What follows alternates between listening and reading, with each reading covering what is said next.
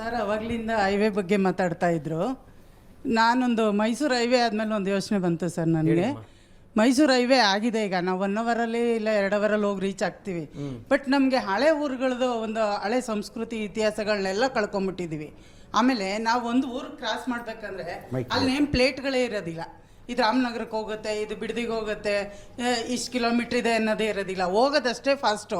ನಾವೀಗ ಹೋಗ್ತಿದ್ದಂಗೆ ಬಿಡದಿಗೆ ಹೋದರೆ ಅಲ್ಲಿ ಇಡ್ಲಿಗೆ ಫೇಮಸ್. ಮಾತಿಗೆ ಹೇಳ್ತೀನಿ ಸರ್, ಅದೆಲ್ಲ ಸವಿರುಚಿ, ಅದೆಲ್ಲ ನಮ್ಮ ಸಂಸ್ಕೃತಿನ ಮತ್ತು ನಮ್ಮ ಕಲ್ಚರನ್ನೆಲ್ಲ ಬೇರೆ ಊರುಗಳಿಂದ ಬಂದವ್ರಿಗೆಲ್ಲ ಅದೆಲ್ಲ ಪರಿಚಯ ಆಗ್ತಿತ್ತು. ಚನ್ನಪಟ್ಟಣಕ್ಕೆ ಹೋದ ತಕ್ಷಣ ಗೊಂಬೆಗಳ ನಾಡು, ಸಕ್ಕರೆ ನಾಡು, ಹೀಗೆಲ್ಲ ಹೋಗ್ತಾ ಇದ್ರು ನೋಡಿಕೊಂಡು ಮಾಡಿಕೊಂಡು. ಈಗ ಅದು ಎಲ್ಲ ಇದಾಗ್ಬಿಟ್ಟಿದೆ. ನೀವು ಅಲ್ಲಲ್ಲೇ ಅದನ್ನೊಂದು ಹೆಸರು ಮತ್ತು ಅದರ ಪರಿಚಯನೂ ಮಾಡ್ಬೋದು. ಅದಿಲ್ವೇ ಇಲ್ಲ. ಒಂದು 20 ಕಿಲೋಮೀಟ್ರ್ ಫಾಸ್ಟ್ ಹೋದ್ಮೇಲೆ ಅದು ನೆನಪಾಗುತ್ತೆ, ಇಲ್ಲಿ ಇತ್ತಲ್ವ, ಹಿಂಗೆ ಹೋಗ್ಬೇಕಿತ್ತಲ್ವ ಅನ್ನೋದು. ಅದೊಂದಾಯಿತು.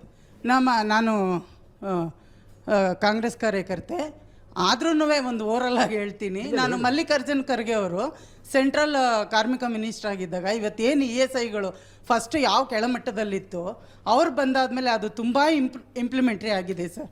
ಇವತ್ತು ಅಲ್ಲಿಂದ ರೆಫರ್ ಮಾಡಿದ ತಕ್ಷಣ ಈ ರಾಮಯ್ಯ ಆಸ್ಪತ್ರೆಯಿಂದ ಹಿಡಿದು ಎಲ್ಲ ಆಸ್ಪತ್ರೆಗಳಿಗೂ ESIಯಲ್ಲಿ ಹೇಳಿದ ತಕ್ಷಣ ತೊಗೋತಾರೆ. ಫಸ್ಟ್ ಆ ರೀತಿ ವ್ಯವಸ್ಥೆ ಇರಲಿಲ್ಲ.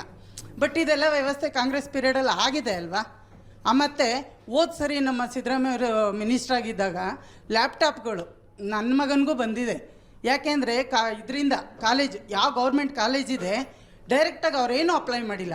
ಕಾಲೇಜಿಂದಲೇ ಅವರು ಎಲ್ಲ ಬ್ಯಾಕ್ವರ್ಡ್ ಕ್ಲಾಸಸ್ಸು, SC STಗಳದೆಲ್ಲ ತರಿಸ್ಕೊಂಬಿಟ್ಟು ಡೈರೆಕ್ಟಾಗಿ ಬಂದಿದೆ. ಅದೇ ನಾವು BBMP ಕಡೆಯಿಂದಲೋ ಇನ್ನೊಂದು ಕಡೆಯಿಂದಲೋ ಮತ್ತೊಂದು ಕಡೆಯಿಂದಲೋ ಮಾಡ್ತೀವಿ ಅಂದರೆ ಅದು ನೇರವಾಗಿ ಬರಲ್ಲ. ಅದು ಇವರು ಇನ್ಫ್ಲೂಯೆನ್ಸ್ ಮೇಲೆಲ್ಲ ನಡೀತಾ ಇರುತ್ತೆ. ಇದು ಆ ಪೀರಿಯಡಲ್ಲಿ ಬಂದಿದ್ದೆ. ಇವತ್ತೇನು ಸೋಲಾರ್ ಸಿಸ್ಟಮ್ಮು ಅದೆಲ್ಲ ಆಗಿದೆ. ಹಿಂದೆ ನಮ್ಮ DK ಶಿವಕುಮಾರ್ ಅವರು ಇಂಧನ ಸಚಿವರಾಗಿದ್ದಾಗ ಸೋಲಾರ್ ಸಿಸ್ಟಮ್ಯಾಟಿಕಲ್ಲೂ ಆಗಿದೆ. ಮಾತಾಡ್ತೀಯ ಶಾಂತಿ?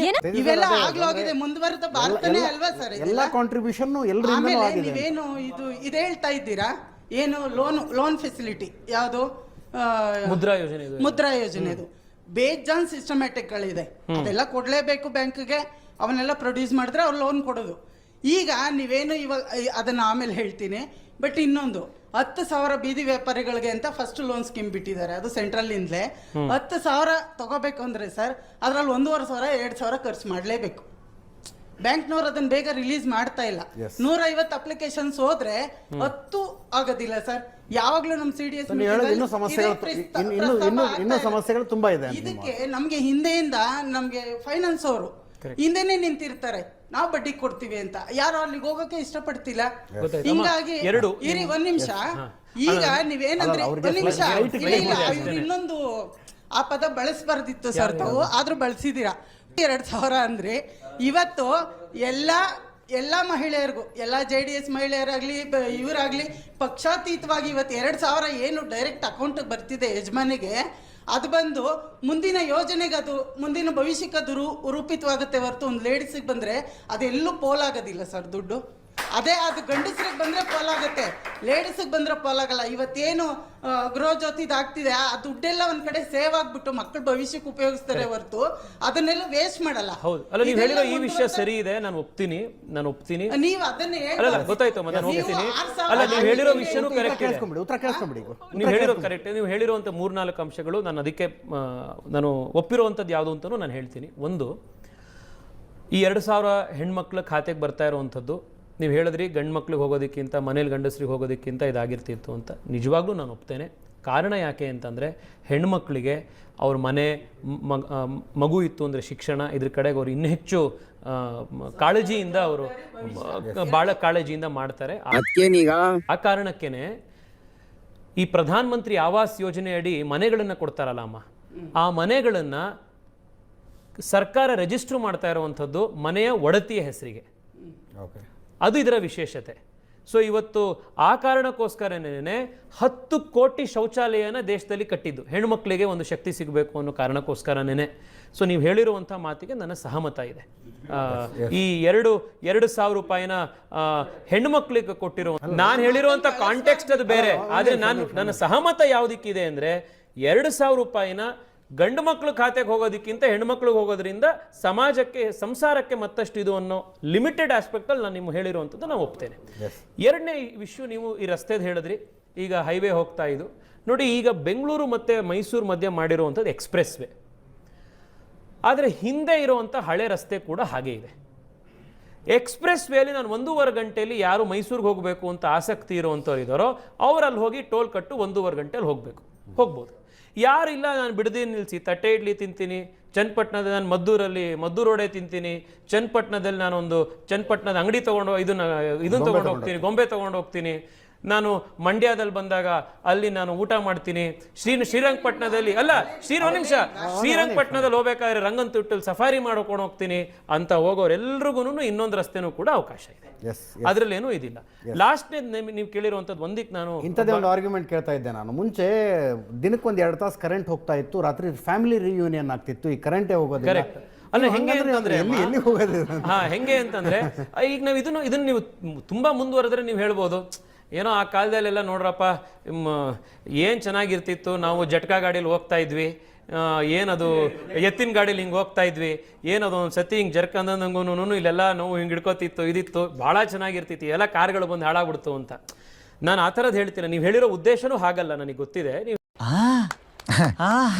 ಹೇಳಿರೋದು ಅಲ್ಲಿರುವಂಥ ವ್ಯಾಪಾರಿಗಳಿಗೆ ಉಪಯೋಗ ಆಗ್ತಿತ್ತು, ಅಲ್ಲಿರುವಂಥ ಸಂಸ್ಕೃತಿ ಇದಾಗ್ತಿತ್ತು ಅಂತ ಅಲ್ಲ, ನೀವು ಹೇಳಿರೋದು ಗೊತ್ತಾಗಿದೆ. ಆ ಕಾರಣಕ್ಕೇನೆ ನಾನು ಹೇಳ್ತಿರೋವಂಥದ್ದು, ಇಲ್ಲಿ 2 ರಸ್ತೆ ಇದೆ. ಆ ರಸ್ತೆನ ಮುಚ್ಚಿ ಈ ರಸ್ತೆನ ಮಾತ್ರ ಬಿಟ್ರು ಅಂತಲ್ಲ, ಅದು ಕೂಡ ಅವಕಾಶ ಇದೆ. ನೀವು ಹೇಳಿರುವಂತ ಬೇರೆ ಎಲ್ಲ ಇಶ್ಯೂಗಳಿದೆಯಲ್ಲ, ಅಲ್ಲ ಒಂದು ನಿಮಿಷ ನಾನು ಕನ್ಕ್ಲೂಡ್ ಮಾಡಬೇಕು ಅನ್ನೋ ಕಾರಣಕ್ಕೆ ನಾನು ಹೇಳ್ತಿದ್ದೀನಿ. ನೋಡಿ, ಇವತ್ತು ಎಲ್ಲ ಸರಿಯಾಗಿ ಹೋಗ್ಬಿಟ್ಟಿದ್ಯಾ, ಎಲ್ಲರ ಸಮಸ್ಯೆ ಎಲ್ಲ ರೀತಿಯಲ್ಲೂ ಬಗೆಹರಿದಿದೆಯಾ? ಅದು ನಾವು ಯಾರೂ ಇಲ್ಲ ಅಂತ ಹೇಳ್ತಿಲ್ಲ. ಇವತ್ತು ದೇಶಕ್ಕೆ ಸ್ವಾತಂತ್ರ್ಯ ಬಂದು 75 ತುಂಬಿದೆ.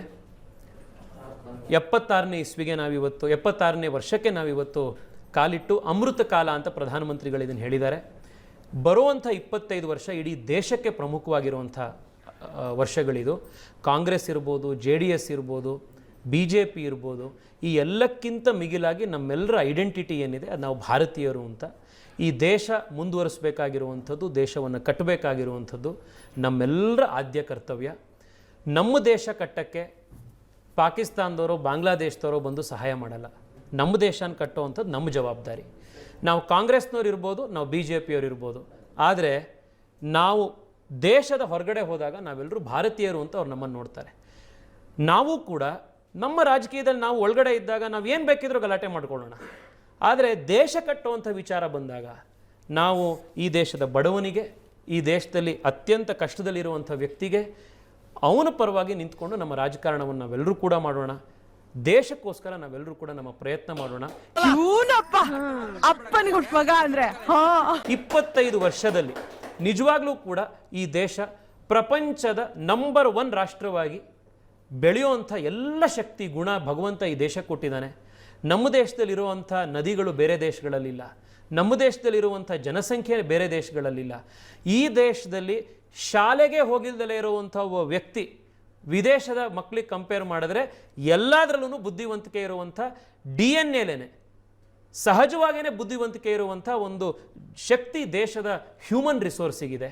ಅಂಥ ಒಂದು ಬುದ್ಧಿವಂತಿಕೆ, ಶಕ್ತಿ, ವಿಶಾಲವಾದಂಥ ದೇಶ, ಅದಕ್ಕೆ ಬೇಕಾಗಿರುವಂಥ ನದಿಗಳು, ಅದಕ್ಕೆ ಬೇಕಾಗಿರುವಂಥ ಎಲ್ಲ ಭಗವಂತ ಈ ದೇಶ ಕೊಟ್ಟಿದ್ದಾನೆ. ಇಂಥ ಅದ್ಭುತ ದೇಶವನ್ನು ವಿಶ್ವದ ನಂಬರ್ 1 ದೇಶವಾಗಿ ಮಾಡುವಂಥ ಸಂಕಲ್ಪದೊಂದಿಗೆ ಈ ಸ್ವಾತಂತ್ರ್ಯೋತ್ಸವದ ಸಂದರ್ಭದಲ್ಲಿ ಎಲ್ಲ ಭಾರತೀಯರು ನಾವು ಸಂಕಲ್ಪ ತಗೊಳ್ಬೇಕು ಅನ್ನುವಂಥದ್ದು ಅಷ್ಟೇ ನನ್ನ ಕಡೆಯ ಮನವಿ. ಬಹಳ ಸಂತೋಷ. ನಮ್ಮ ಪ್ರಕಾರ ಇಲ್ಲಿಗೆ ಪಂಚಾಯ್ತಿ ಕ್ಲೋಸ್, ನಾಟಕ ಬಂದ್.